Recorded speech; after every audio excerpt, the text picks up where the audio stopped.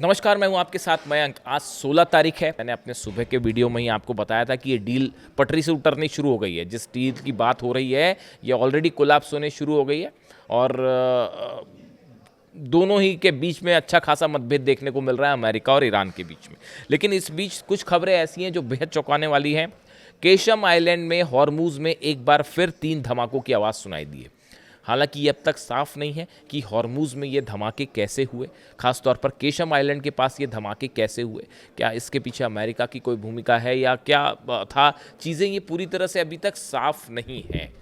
Mystery अभी भी बनी हुई है, लेकिन ये बात साफ है, ईरान की न्यूज़ एजेंसीज ने इसे कवर किया है कि वहाँ पे जो है 3 बड़े धमाकों की आवाज़ केशम आइलैंड पर सुनाई दी, जिसके बाद पूरे इलाके में एक बार फिर तनाव फैल गया है। ये स्थिति है। इसके अलावा देखिए एक और अहम खबर बाहर आई है। सैटेलाइट इमेजेस आना शुरू हो गई हैं कुवैत के उस बेस की जिसके ऊपर ईरान ने हमला किया था। देखिए मैंने आपको बताया था वहाँ पर बड़ी संख्या में जो है नुकसान हुआ है, बड़ी मात्रा में नुकसान हुआ है और रडार सिस्टम को तबाह कर दिया गया। हमने सबसे पहले आपको एक खबर बताई थी कि अमेरिका का जो रडार सिस्टम है वो पूरी तरह से तबाह हो गया है और अब उसको ऑपरेट करने के सिचुएशन में नहीं है। एग्जैक्टली ये बात कही थी मैंने आपको। अब देखिए सैटेलाइट से जो तस्वीरें सामने आई हैं, satellite images circulating online have suggested that the Iranian military strike destroyed an ASR 1000L tactical air surveillance radar at Ali Al Salem Air Base in Kuwait।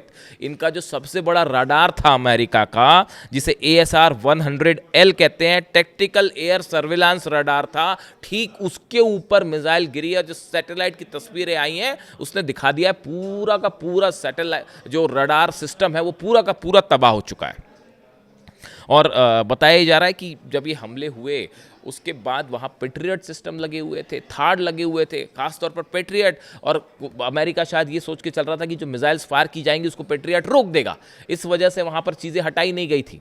जैसे जिस तरह से जॉर्डन में हुआ उसकी तस्वीरें भी धीरे धीरे आने लगी हैं, एग्जैक्ट नंबर्स आएंगे सामने कि कितने F-16 F-35 तबाह हुए। अब ये कुवैत की लेकिन तस्वीरें सामने आ गई हैं कि 9 जून 11 जून के बीच में जो हमले हुए थे उसमें किस तरह से जो है भारी नुकसान हुआ कुवैत में अमेरिका के बेसिस को।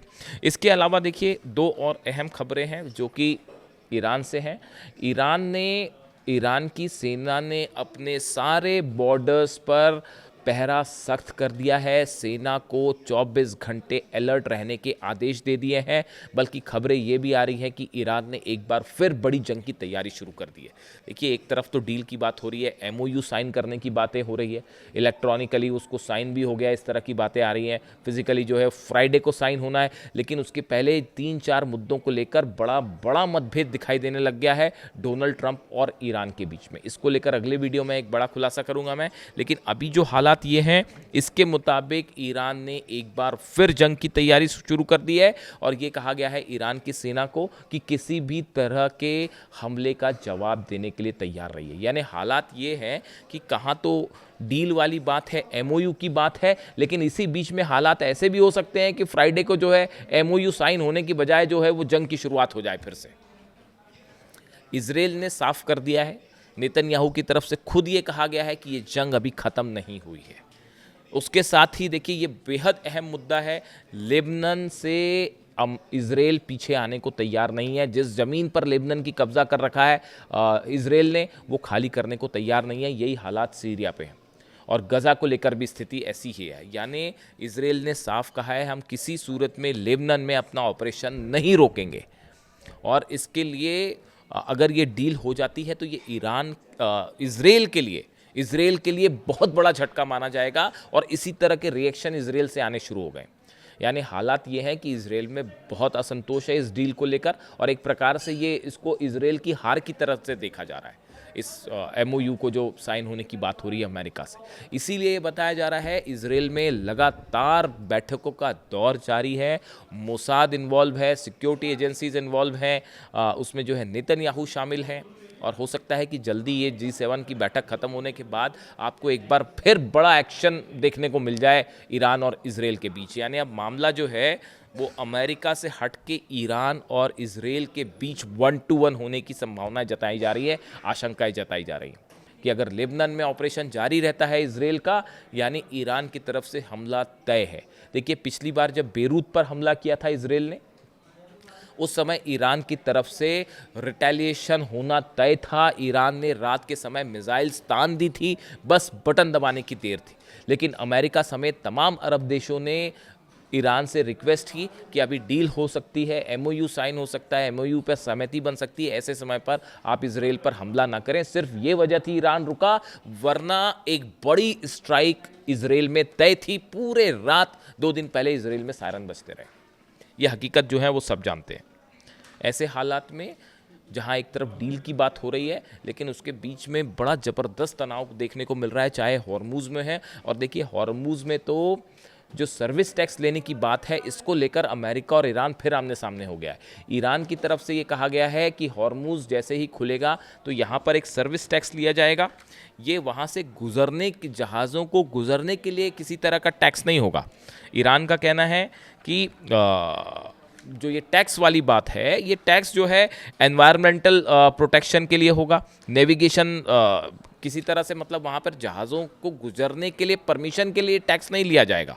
ईरान का कहना है एनवायरमेंटल प्रोटेक्शन के लिए, इंश्योरेंस सर्विस के लिए इस तरह का जो है एक टैक्स वहाँ पर दिया जाएगा। इसको लेकर ईरान और अमेरिका के दोनों के दावे अलग अलग।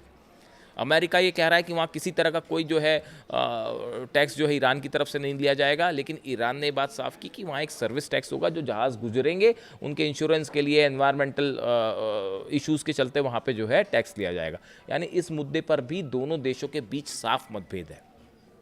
तो फ्रांस की भी एंट्री हुई है। फ्रांस ने भी कहा है कि हम किसी तरह का टैक्स मंजूर नहीं होगा। यानी कुल मिला के इस डील में कुछ भी साफ नहीं है, ए से जेड तक कुछ भी साफ नहीं है। और अगले 2 दिन, देखिए फ्राइडे करीब आने वाला है, और अगले 2 दिन में बल्कि 24 घंटे में ही आप देखिए कल तक शायद ये बात साफ हो जाएगी कि ये डील साइन आगे हो पाएगी या नहीं हो पाएगी। इस बीच में ईरान में ज़बरदस्त असंतोष देखने को मिल रहा है। वहाँ के लोग इस बात से कतई जो है वो सहमत नहीं है कि ये डील साइन की जाए, किसी भी तरह की डील साइन हो। तो ये गुस्सा तो ईरान में देखने को मिल रहा है। खैर, हमने शुरुआत की थी आज फुटबॉल से। फुटबॉल में जिस तरह से ईरान के खिलाड़ियों ने हौसला दिखाया वो काबिल तारीफ़ है। इसीलिए कहा जा रहा है कि पहले जंग और अब फीफा वर्ल्ड कप, दोनों में दिखाई दे रहा है ईरान का जलवा। और इसी के साथ ही एक अहम खबर जो लॉस एंजलिस के बेस से ही आई कि अमेरिकी वायुसेना का B-2 बॉम्बर जो ईरान में हमले कर रहा था, उसी तरह का एक B-2 बॉम्बर जो है वो क्रैश हो गया, जिसमें 8 लोगों की मौत हो गई है। ये कैलिफोर्निया स्थित एडवर्ड्स एयरफोर्स बेस पर हुआ। अमेरिकी सेना का बड़ा ऑपरेशन सेंटर माना जाता है। ये लॉस एंजलिस से 95 किलोमीटर उत्तर में स्थित है। यहाँ पर एक B-52 बॉम्बर्स ने टेक ऑफ किया और टेक ऑफ करने की कुछ ही देर बाद ये क्रैश हो गया। इसकी तस्वीरें जो हैं सोशल मीडिया पर सब तरफ छाई हुई है। देखिए, अब ये B-2 बॉम्बर जो है ये अचानक क्रैश हो जाना अपने आप में बड़े सवाल खड़े कर रहा है। हालांकि क्रैश तो बहुत कुछ हुआ, 42 प्लेन भी गिर गए, F-35 भी गिर गया, F-16 भी गिर गया, उसको भी नहीं बचा पाए। पैट्रियट मिसाइल्स धरी की धरी रह गई। लेकिन ये B-52 बॉम्बर जिस तरह से क्रैश हुआ है, ये टेक्नोलॉजी पर सवाल उठाता है। तो अब इसको लेकर भी जो है इन्वेस्टिगेशन चल रहा है कि आखिर ये कैसे गिर गया।